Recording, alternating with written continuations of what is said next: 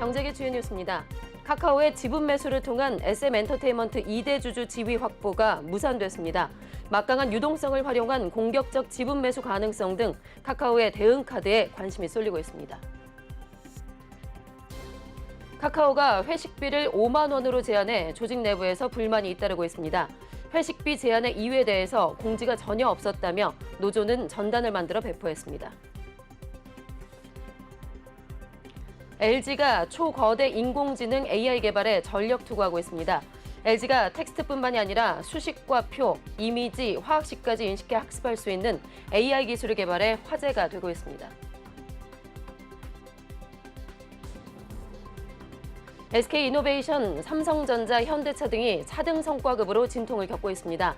성과에 따른 보상이라는 성과급 취지가 무색해졌다는 지적이 나오고 있습니다.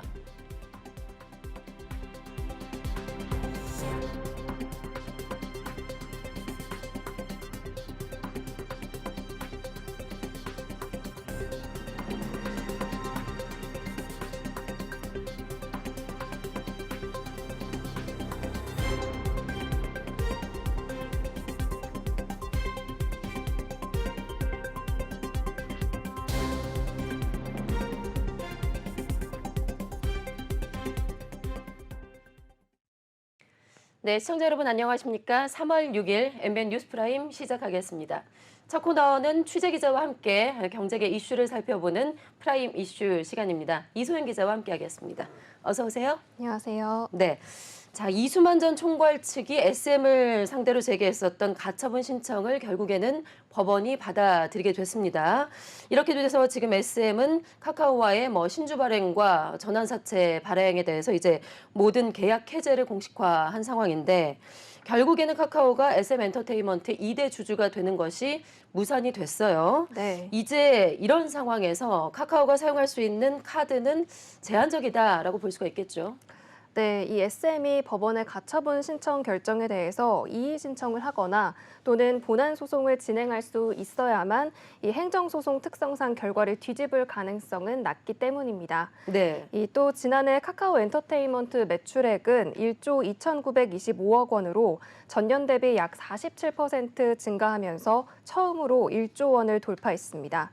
외형적인 성장세는 이처럼 돋보이지만 같은 기간 당기 순손실은 2,444억 원에서 4,367억 원으로 2배 가까이 늘었습니다. 이 손실폭을 줄이고 내실을 다지려면 SM 간의 협력이 절실한 입장인데요. 이 때문에 카카오가 투자 유치를 통해 확보했었던 막대한 자금력을 앞세워서 지분 공개 매수에 나설 수 있다는 관측이 제기되고 있습니다. 네. 하이브는 카카오가 SM이 네. 경영권에 참여하지 않는 것을 전제로 한다면 카카오와 협력할 수 있다라는 입장을 내비치고 있는데 네. 사실 양측이 이렇게 손을 잡을 가능성은 좀 낮아 보이긴 하죠.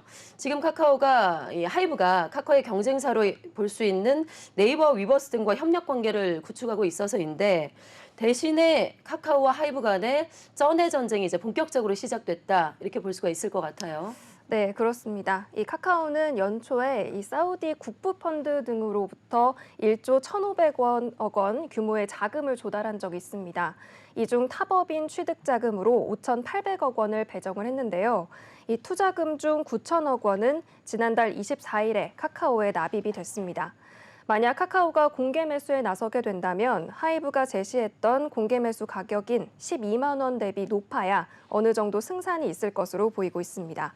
현재 SM 주가가 13만 원 안팎에서 거래가 되고 하이브가 약 20%의 지분을 확보했다고 가정을 했을 때 카카오가 투입해야 하는 자금은 1조 원대에 달할 것이라는 분석이 나오고 있습니다. 네. 일각에서는 카카오가 이달 말에 열리는 SM 주주총회에서 이사진 선임을 비롯한 소액주주들의 표심이 어느 쪽으로 향하는지 여부와 또 공정거래위원회의 기업 결함 심사 추이 등을 관망한 뒤 향후 대응 방안을 마련할 것이라는 의견도 계속 나오고 있습니다. 네, 다시 원점으로 돌아갔다라고 볼 수가 있겠는데 31일에 이제 정기주주총회 결과를 좀 지켜봐야겠죠. 네. 자, 프라임 이슈 두 번째 소식으로 넘어가겠습니다. 이번에는 카카오 내부의 소식이네요. 지난해 10월에 서비스 먹통 사태로 인해서 피해를 봤었던 소상공인을 위한 지원금 지급 접수 기간을 카카오가 오는 4월 14일까지로 연장을 했다고 합니다. 자, 이 기자, 아직 서류를 제출하지 않은 소상공인들이 좀 많다라고 판단을 한 것 같아요. 네, 그렇습니다. 이 기존 접수 기간은 지난 1월 30일부터 지난달 27일까지였는데요. 이번 달에 지원금 지급을 마무리할 예정이었습니다. 네. 아직 서류를 제출하지 못한 소상공인들이 많다는 판단에 기간을 늘렸다고 설명을 하고 있습니다. 따라서 지난해 카카오 먹통 사태로 피해봤었던 소상공인들은 다음 달까지 지원금 신청 서류를 접수할 수 있습니다. 피해를 본 소상공인은 장애로 인한 매출 피해 증명 자료, 또 카카오 서비스 이용 증명 자료, 소상공인 확인서와 또 은행 계좌 사본 등을 서류로 제출을 해야 합니다. 예. 이 서류는 공식 채널 챗봇인 카카오 1015 소상공인 지원센터와 웹사이트 우편으로 접수할 수 있습니다. 네. 그 매출 손실 규모에 따라서 지원 금액도 당연히 달라지겠죠? 어느 정도나 될까요? 네, 카카오는 매출 손실 규모가 30만 원 이하인 경우에는 3만 원, 또 30만 원을 초과하고 50만 원 이하면 5만 원을 지급할 계획입니다. 카카오 관계자는 지원금 규모에 대해서는 지원금을 모두 지급한 후에야 구체적인 액수와 규모를 공개할 수 있다라고 설명을 했고요. 50만 원 초과 피해 사례에 대해서는 피해 입증 과정을 통해서 추가 지원을 검토하겠다고 밝혔습니다. 네. 지난번에 먹통 사태로 피해를 본 소상공인분들께서는 4월 14일까지 서류를 접수하시면 될 것 같습니다. 자, 이어서 프라임 이슈 세 번째도 카카오 소식입니다. 최근에 재택근무에서 사무실 출근으로 전환을 했었는데요. 카카오가 이번에는 회식비를 5만 원으로 제한을 해서 조직 내부에서 또 불만이 잇따르고 있다고 합니다. 자, 이소연 기자, 네. 이 소식도 자세하게 알아볼까요? 네, 카카오 공동체 노동조합인 크루 유니언이라고 있는데요. 이 다수의 공동체에서 갑자기 회식비가 5만 원으로 제한됐다라고 얘기하면서 회식비 제한의 이유는 무엇인지, 왜 금액은 5만 원인지 알려진 사실은 하나 없지만 이미 시행 중이라고 전했습니다. 네. 또한 일방적인 근무제 발표로 큰 혼란을 겪었음에도 불구하고 경영진은 전혀 달라진 것이 없다면서 재택근무에서 현장 출근으로 바뀐 것에 대한 불만도 토로했습니다. 이 카카오는 지금까지 원하면 100% 재택근무가 가능했고 또 회식비 또한 금액 제한 없이 사용할 수 있었기 때문에 이 같은 방발이 아주 강한 것으로 보이고 있습니다. 네. 예전에 비하면 이제 많이 줄었다라는 거죠. 이게 네. 팀당 5만 원이 아니라 1인당 5만 원인 액수고요. 자, 이렇게 이제 카카오 내부 직원들의 반발에 대해서 네. 외부에선 또 다른 시각으로 보는 것 같습니다. 외부에서 다른 직장인들은 곱지 않은 시선으로 보고 있다고요. 네, 그렇습니다. 원래는 얼마였길래 이 회식비 1인 5만 원이 불만인 것이냐 이런 네. 비난이 일고 있는데요. 그러면서 한 익명 직장인 커뮤니티에는 공무원의 경우에는 3만 원인데 카카오는 회식비 1인당 5만 원이 적다고 난리라면서 이러한 글들이 올라와서 화제가 되기도 했습니다. 네.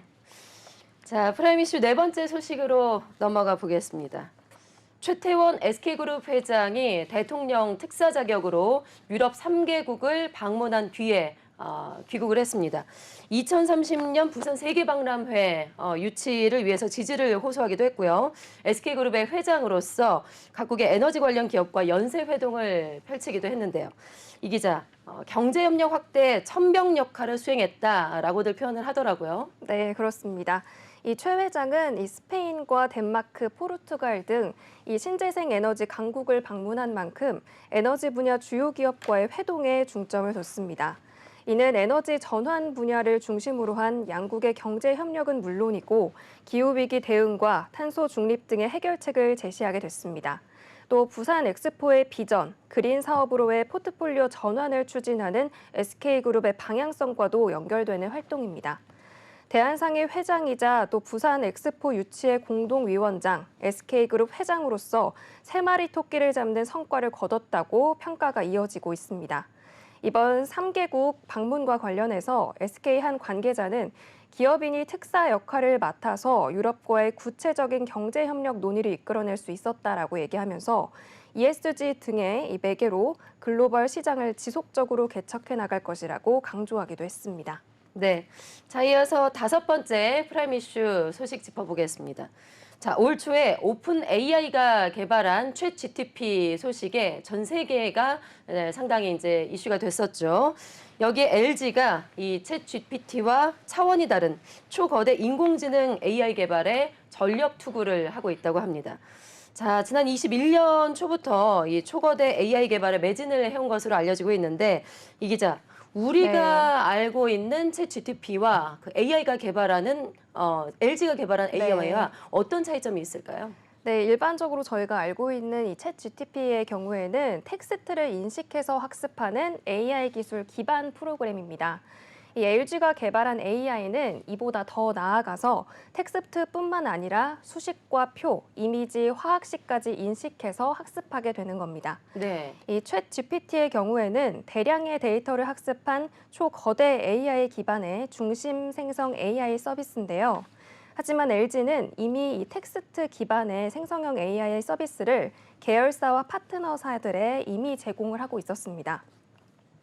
LG AI 연구원의 이 전문가 AI와 이 챗 GPT의 가장 큰 차이점으로는 전문 문헌을 통해서 학습한 내용을 기반으로 해서 답변을 하고 또 출처를 표기한다는 점입니다. 네. 이 LG는 2021년 말 3천억 파라미터 규모의 초거대 AI 엑사원을 공개한 적이 있었었는데요.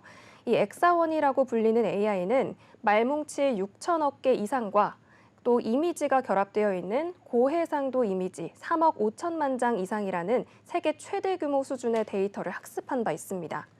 지금은 IT, 금융, 의료, 제조, 통신 등 다양한 분야의 산업 데이터까지 학습하고 있는 것으로 알려지고 있습니다. 네, LG가 개발한 초거대 인공지능 AI 얼마나 똑똑한지 궁금해지는데요. 자, 실제로 산업 현장에서 활용할 수 있는 수준으로 정확성과 전문성을 크게 향상시켰다고 하죠. 네. 대표로 활용할 수 있는 사례를 좀 짚어주실까요?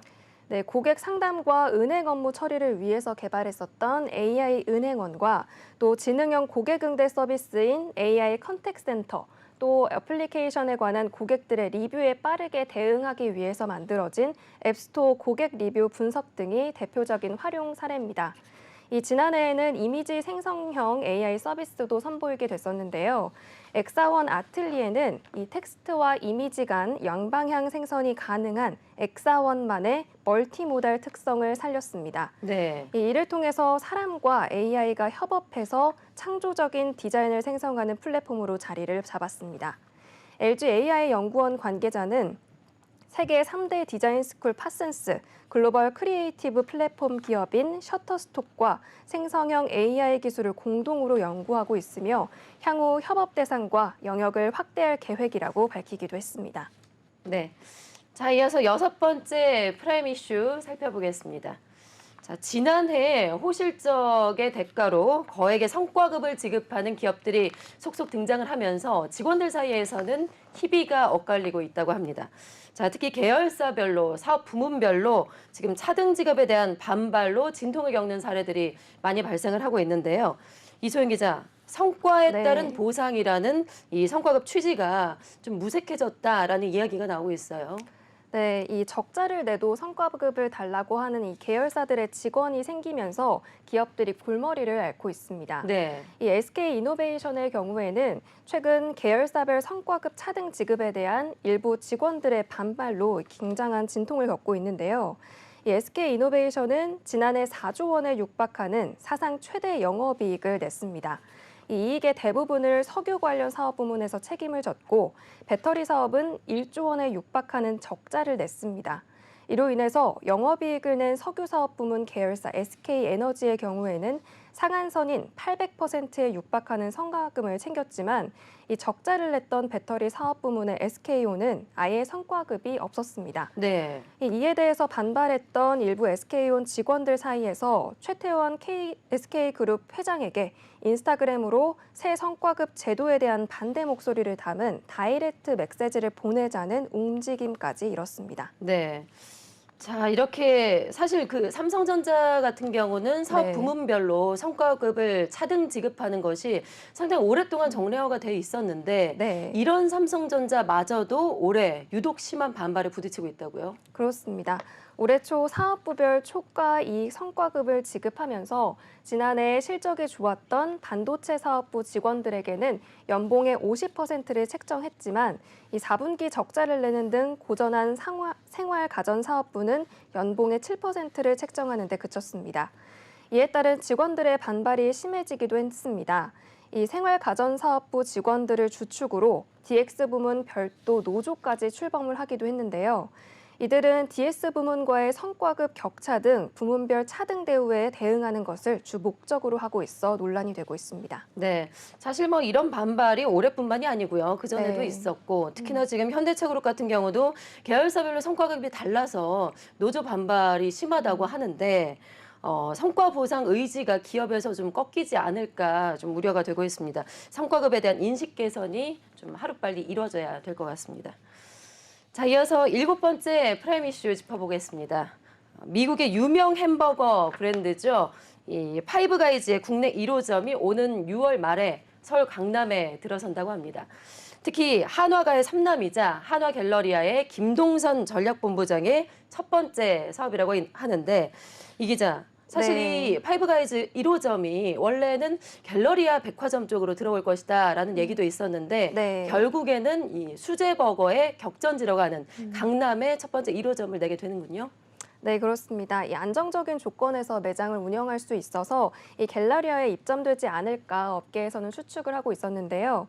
그러나 갤러리아 측은 이 온실보다는 수제버거 브랜드의 격전지인 강남 한복판을 첫 시험 무대로 하는 전공법을 택했습니다. 네. 이 파이브 가이즈 1호점이 들어설 건물에서 신논현역 방향으로 5분 거리에는 BHC 그룹이 들여온 미국 프리미엄 수제버거인 이 슈퍼두퍼 1호점이 있고요.